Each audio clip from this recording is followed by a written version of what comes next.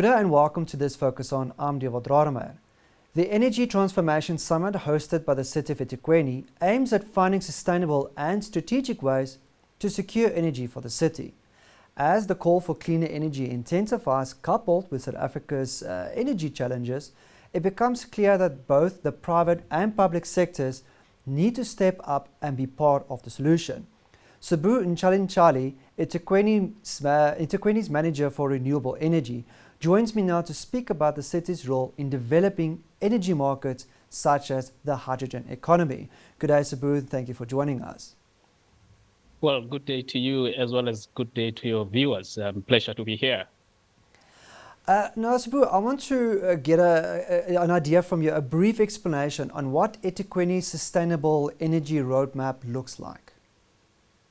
Well, thanks very much once again for the opportunity. eThekwini municipality has got a very clear strategic direction in terms of how best can we restore back the energy security that we have lost as a country. And I'm sure that you already know that we are facing the power crisis, and our president has declared the state of disaster on our electricity crisis. And we have already started short-term interventions in terms of what is it that the city wants to achieve in terms of reducing our reliance on the national grid by 20% in the year 2025. And we also have a medium-term strategic targets where we said we want to achieve at least 40% of our reducing our reliance on the national grid in the year 2030. But ultimately, eThekwini wants to be self-sufficient and energy independence by the year 2035. And in terms of how are we going to achieve that, we've got a very clear integrated resource plan, a local integrated resource plan that we have developed in the eThekwini municipality through our public participation process together with our residents in order to ensure that we are able to package the projects that are shovel ready in order to deal with this issue of the declining energy crisis in the country, and more importantly, to also create more job opportunities for our people and rapidly industrialize, our economy.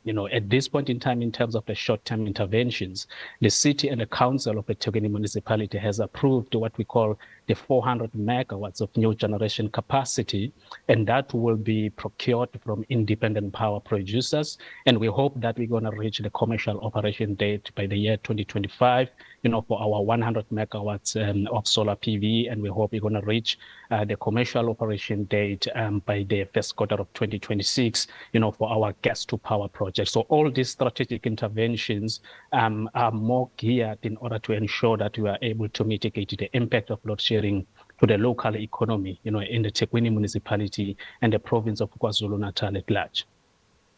Now, one of the key topics for this year, and it was largely discussed at the Mining Indaba, is this of hydrogen.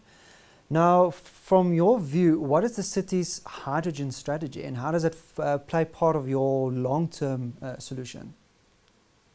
Well, of course, the city has developed the regional hydrogen strategy. And let me explain a little bit in terms of why it is called the regional hydrogen strategy. So we have identified quite a number of opportunities that are associated with hydrogen economy, and there are quite a number of opportunities that are already available in the Kings district, in your Richards Bay area, and there are quite a number of opportunities that we have seen in Durban Port, in the city of eThekwini municipality. So we have developed this regional hydrogen strategy in order to propel the city of eThekwini municipality towards a new strategic direction within the context of liquid fuel industry. And I'm sure that you will know that the city of Durban is a home to two crude oil refineries in the south of Durban, and you have got the engine refinery, which has got an installed capacity of about 135,000 barrels per day, and you have got another Suprep refinery with an installed capacity of about 180,000 barrels per day.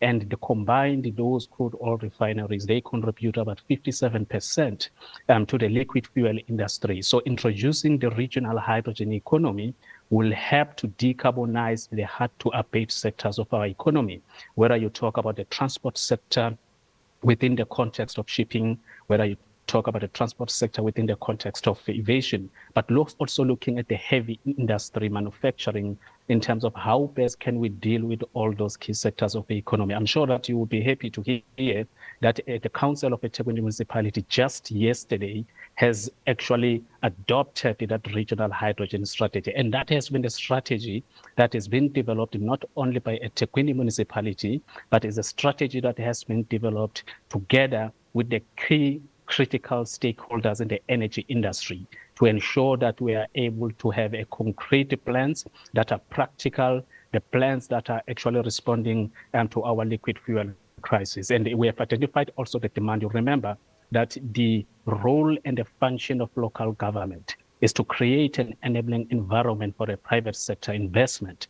And that's what we are exactly doing here in the eThekwini municipality, a very clear demand that has been sized in terms of where do we deploy regional hydrogen projects in the short, medium, as well as the long term. So the Port of Richards Bay has been identified as a strategic cluster for hydrogen production, hydrogen storage, and hydrogen transportation. The Port of Cato Ridge in Durban has been also identified as a potential center for demand, as well as the Port of Durban. So all those three strategic clusters has been identified as a key enablers for regional hydrogen economy within the province of KwaZulu-Natal and Durban at large.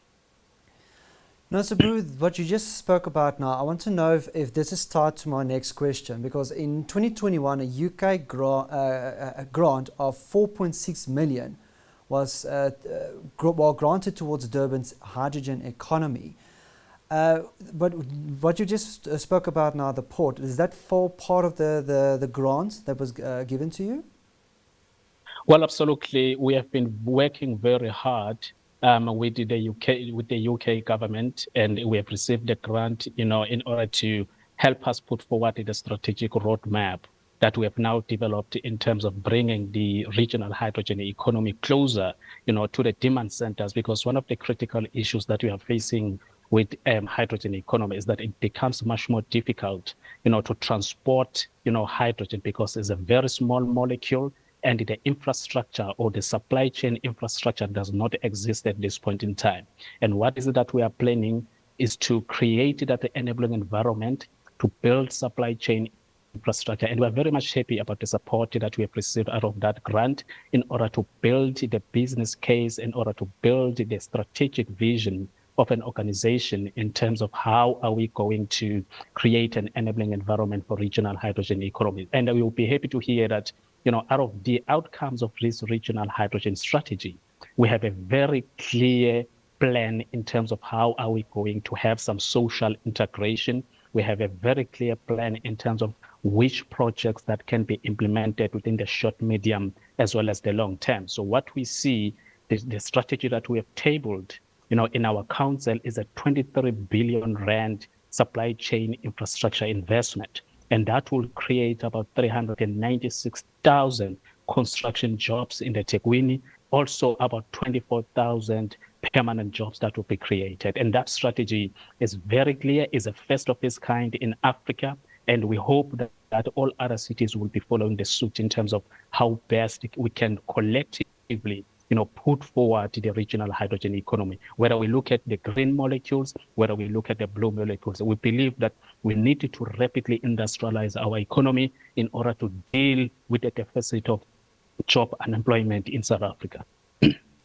So, do you have a time frame in mind when you want to or can start implementing these short-term projects to create these jobs you just spoke about? Well, of course, our short-term target is that we have to start tomorrow.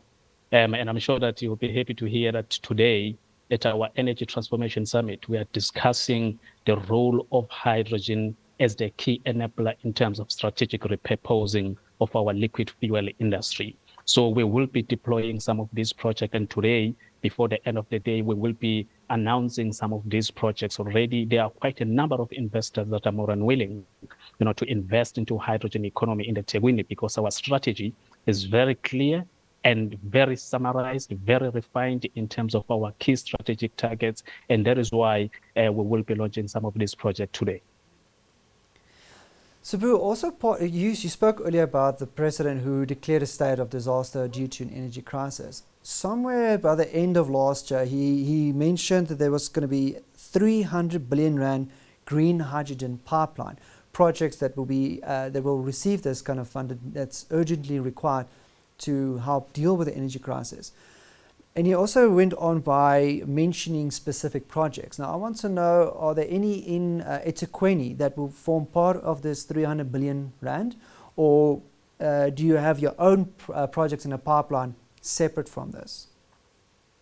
Well, in as much as we do have the projects that are already in the pipeline in our strategic, or should I say, the regional hydrogen strategy, I think what is very important on our side is that the regional hydrogen strategy also it fits directly to the national hydrogen strategy that was adopted by the Parliament through the Department of Science and Innovation. And we are also aware that the Department of Trade and Industry and Competition has also developed the green commercialization strategy for hydrogen. And all of that will add up into the broader regional hydrogen strategy, or the broader hydrogen economy, of South Africa. So I can also state that, it as much as the president has declared that money for the within the South African context, but what is very important is that in our Energy Transformation Summit today, we had the Infrastructure South Africa, the head of Infrastructure South Africa, Prof. Ramaphosa,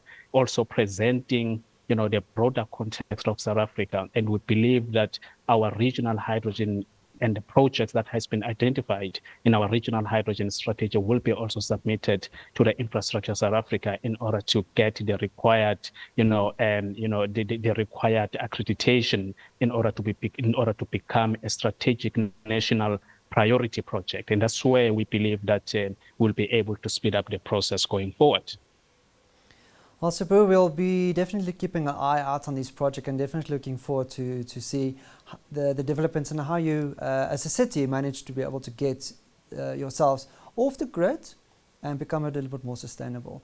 That was Sbu Ntshalintshali, who joined me today to discuss in greater detail the outcomes and the key topics at the Energy Transformation Summit.